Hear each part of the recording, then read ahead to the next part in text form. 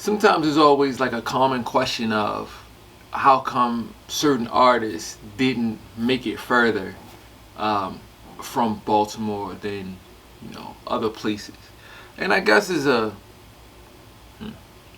I guess is like a it's a general answer to that, because not every place is on. Like, you can't name an artist from Arizona that's just like, yo, that nigga from Santa Fe and he be busting. So you don't really know you know people from California, Texas, Chicago, Atlanta, New York, and then there's little spotty places here and there, So not to say that Baltimore's a big hub, for entertainment, but man, we got artists, so that question does come up, like, yo, how come Whoop-de-Whoop ain't do this, and how come they ain't make it like that, and how come they wasn't bigger, and the most answers I could say really is everybody that I've really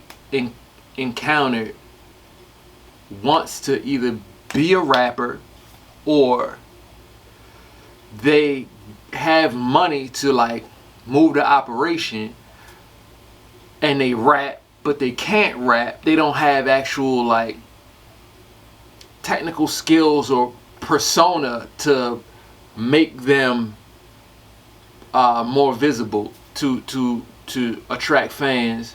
And then the people that claim that they are business people don't really end up knowing how to maneuver business, like a Coach K or P or Travis Geter from Grand Hustle, and these people know how to maneuver. Like, Dame Dash never rapped. You know why? Because he was great at business. And that's what I always feel like we lack. We always lack like great business minds. Kevin Lyles obviously is a great business mind from Baltimore, but I guess it's just a completely different standpoint though, right? Because he was a musician from here, but a completely different musician. He wasn't rapping, and then ended up, working at Def Jam. So it kind of turned into a different situation. He wasn't really managing artists or looking for artists or at a street level, where a lot of these things take place. And now looking at just being older and understanding that a lot of the visibility of artists comes from outside money, and somebody that didn't rap and has an outside source to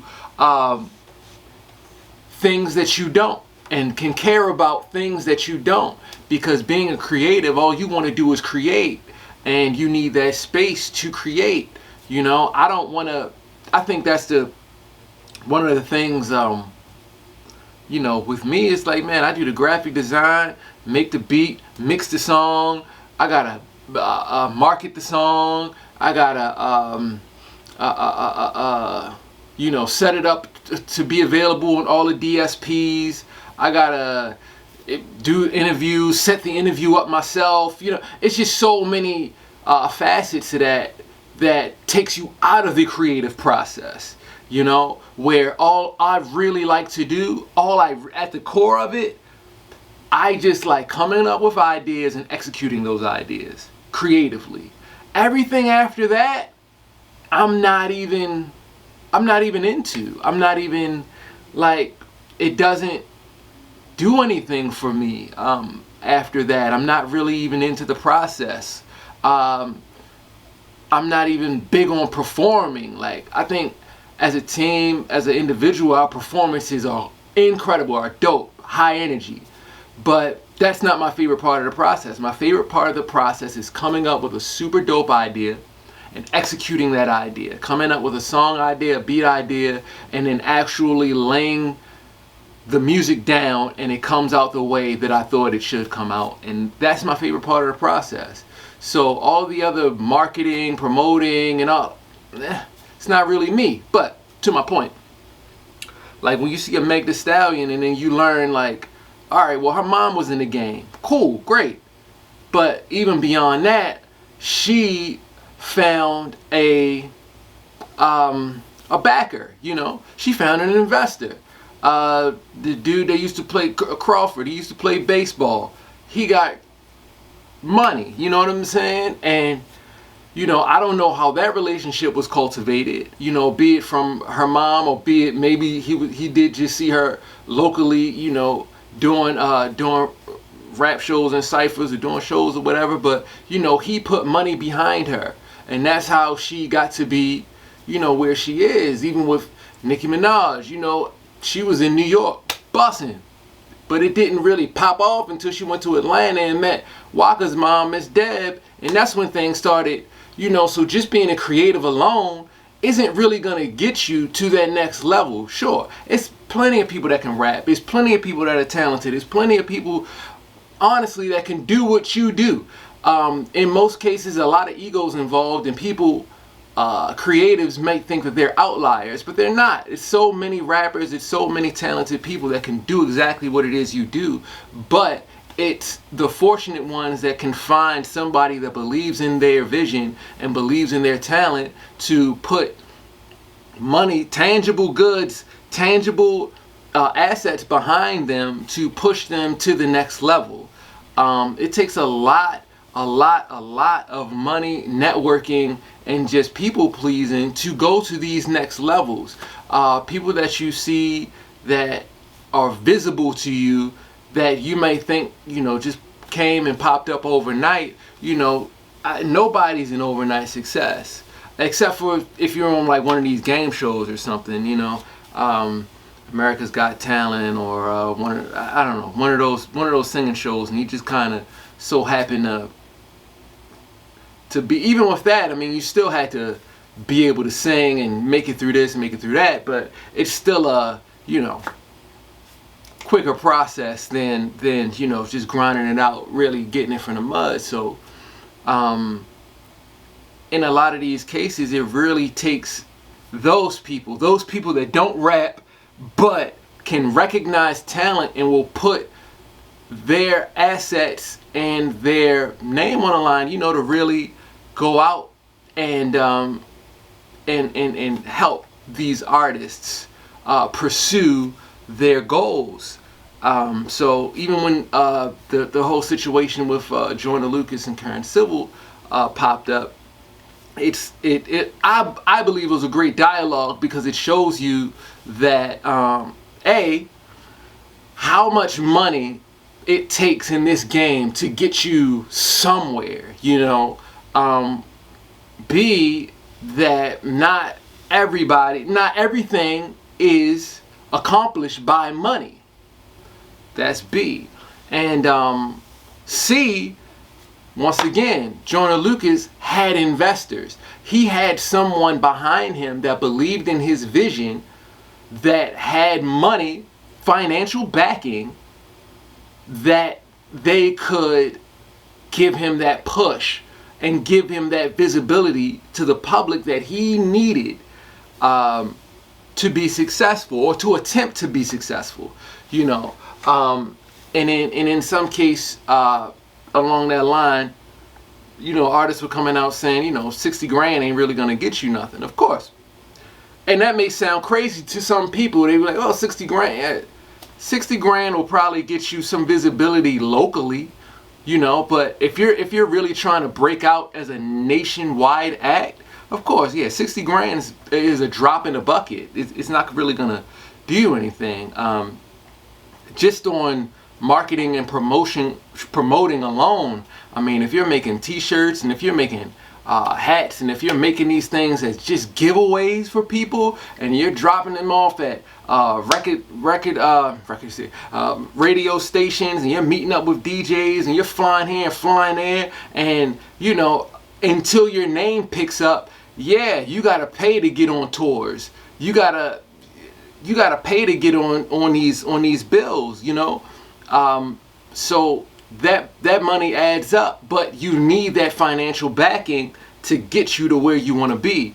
And I just don't feel like Baltimore ever had like those business people, those investors, that actual backing. I mean, serious financial backing that could get people where they needed to be. I feel like we always had very key people involved, but and I always think and believe that K Swift was the biggest supporter of Baltimore rappers, and she was really trying to get people to that next level.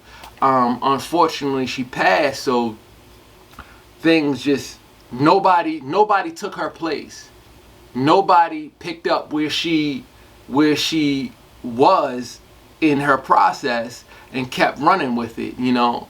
And I always thought that was unfortunate. But maybe I can't say nobody could, because I think it was plenty of people that could. I think K Swift also was in a egoless place. She took a lot of ego out of the process, you know. And a lot of guys, because she was a woman, a lot of guys, men, have a lot of ego in this process, and they will say, oh, it's got to be this way, and you got to do. But see, that's ego, and secretly a lot of these dudes just wanted to be rappers anyway. So they think you got to look like this. It's like, bro, let the creative handle the creative aspect of being a creative. Let you do the marketing and networking and handle the financial backing. But they can't take that ego part out of it. And because back to the Meg Thee Stallion thing with I don't know his first name offhand, you know, his name Crawford something. The person she had her first deal with, he's a guy, right? It's not really too much you could tell a young woman about how she need to dress, and you could say some stuff without you're gonna sound a little creepy at some point, but you could say some things, but she know how she's supposed to dress and how she wants to present herself and how she's supposed to look. It's not too much you can say against that, you know. She has sex appeal, and she know how to carry it, you know what I mean. And women know how to give it up. But see, I think when it's a dude,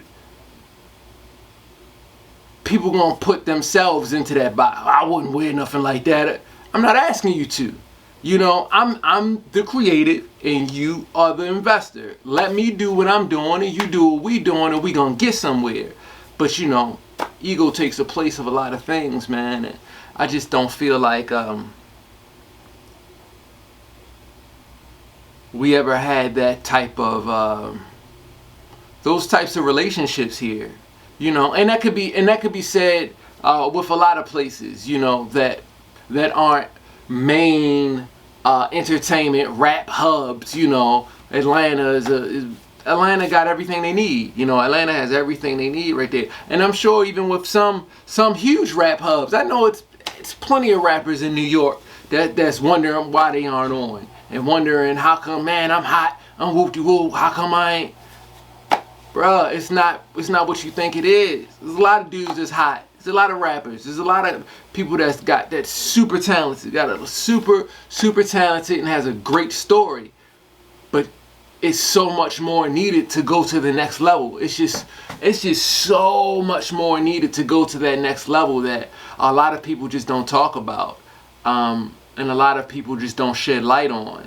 Because everybody wants it to be a mystery, and everybody wants it to be like, no, I did this magical thing. Just like, no, man, you had people behind you, bro. Like, you had people behind you. You had a team. You had a staff, like an actual staff. Like, you had somebody running your website, running your social media. You had people booking you on shows, and you had people booking you on interviews, and you weren't doing this alone. You were taking phone calls, of course, but still, you were 90% able to be a creative and were able to always be in your creative space, you know. So, long story even longer. That's That's why I believe, not even just in Baltimore, but a lot of people just don't make it, because this is a multi-billion-dollar industry, man. You need money to get up in there. It's not just you need money or super relationships, super relationships, super relationships, If you know somebody that knows somebody, that's great, But a lot of people that know people either end up being flaky or end up like they just not as talented. Like they don't have actually what it takes to be that. Or a lot of people can look the part, but then when it's time to, all right, so where your music at? Oh, I don't really have no. This is like, fam, I can't do nothing, but you don't really have no. You ain't got no music. Like, that's kind of the whole point. So, yeah. That's why. That's the answer to that question. Why? How come Baltimore doesn't really have any artists on? There you go.